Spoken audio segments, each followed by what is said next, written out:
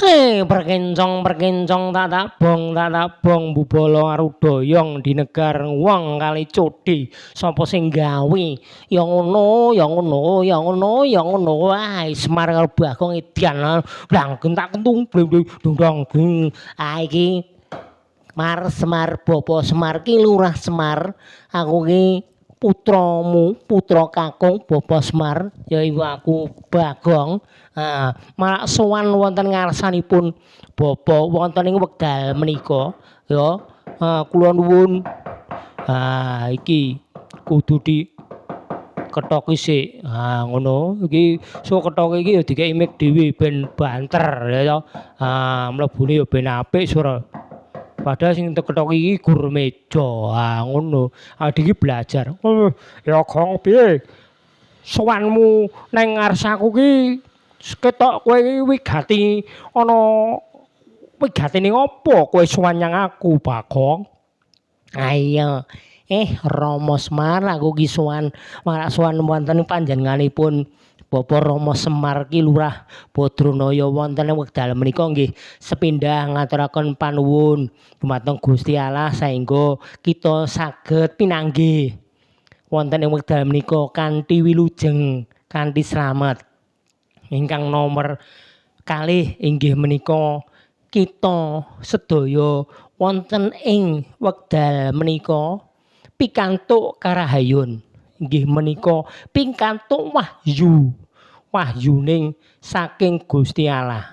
Pikantuk wahyu menapa?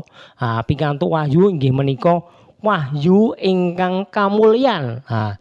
Wahyu kamulyan gesang langgeng ingkang sampun kawula tampi. Oh ngono Gong. Ya, dongaku pirang-pirang dina, pirang-pirang wengi, pirang-pirang minggu, pirang-pirang wulan iki Gusti mboten sare. Jebule anakku nampa wahyu kewahyon kamulyan saka Gusti ngarsanipun Gusti Allah ingkang Maha Kawasa. Aku nderek bingah ya Le Gong. Iya Pak ya, matur nuwun ya Pak ya. Kowe ngati-ati yen kowe nampa wahyu kamulyan kuwi ya istilahe ngono kowe ya kudu jejeg ngadegmu. Maksude kudu jejeg ngadegmu ya ngibadahmu sing jejeg ngono. Salatmu 5 wektu ya aja sampe kendhat, aja sampe lali ngono. Ya ngono. Terus selain kuwi, kowe karo wong-wong sing mbok temoni kuwi kowe menjadi aja istilahe kowe duwe kaya ngono wahyu kamulyan pikantuk wahyu kamulyan ngono kuwi kowe aja sombong ya ta. Ora oleh jenenge sombong ngono kuwi Gong. Arti ya Le. Kowe ora oleh jenenge sombong. Dupeh kowe entuk wahyu kamulyan terus sadengah wong-wong cilik mbok keplaki wong cilik mbok idoni ngono kuwi ora oleh, ora bener ya to. Iya bener bener pancen leres kandhane Rama Semar Badranaya menika. Nggih, matur nuwun.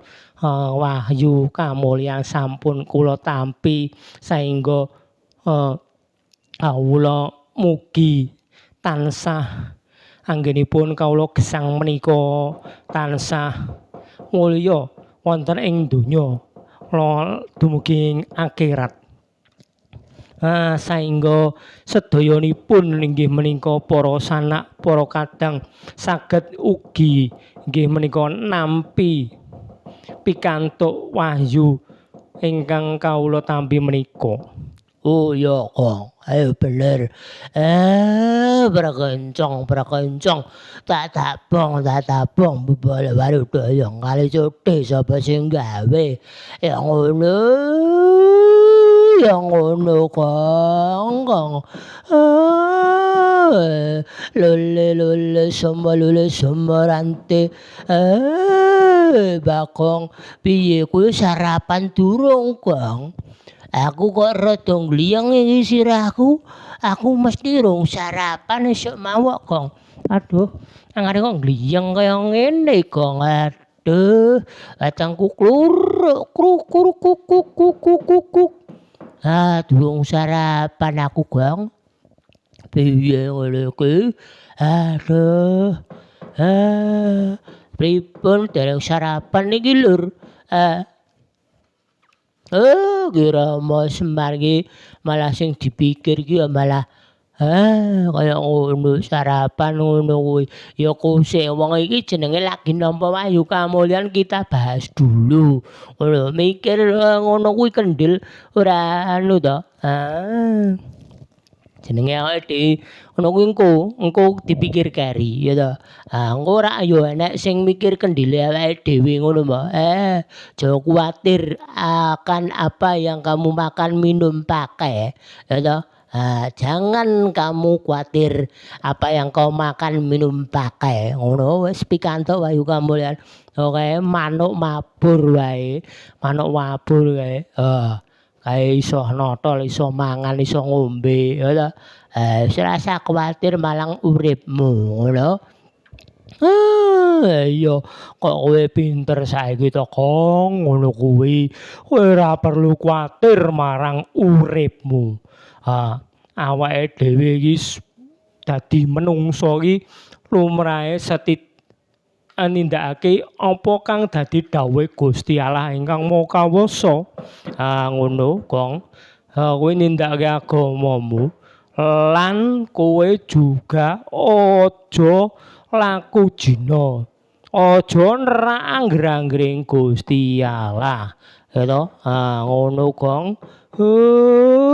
Lole semeranti iki Bagong anakku sing paling ganteng dhewe. Aku Kareng juga hadir loh, Kareng juga hadir ya. Jangan nanya Bagong terus. Oh iya ya, Kang Kareng. Sikile kecuk tangane ceko jenenge Kang Kareng. Ciri-cirinya bocah dewe-dewe ya Mbak ya. Aku Bagong lambeku nduwer ngene iki. Ora apa-apa. Wis tak syukuri ya jenenge Bagong lambe nduwer ngene iki. Syukurlah alhamdulillah ngono wae to. Bagong lambe nduwer ngene iki. Aku yo sikilku kecek, tanganku ceko, Kareng ceko, sikil kecek. Oke lah kalau begitu. Oh wis. Anakku kabeh ora sado padu ya to. Wis ora sado cungker, ora sado padudon ngono. Ngedohke rejeki. Lah awake dhewe iki wis kentuk Wahyu Kamulyan ngene iki. Bagong wis entuk Wahyu Kamulyan iki ya. Syukurlah alhamdulillah puji Tuhan ya Kong ya. Kowe kudu cedhak karo sing gawe urip. Nek kowe wis dikeki ngono kuwi Kong, ngerti ya Le Kong ya to. Ngono. Ayo Kong, awake dhewe gendang wae. Gendang wis entuk Wahyu Kamulyan ngene iki awake gendang cekat gek Suwandara. Suwandara Sedara Pandhawa 5 kae lho arep nyandi gleyah-gleyah kaya ngono kowe. Ayo kudak ling matur nuwun.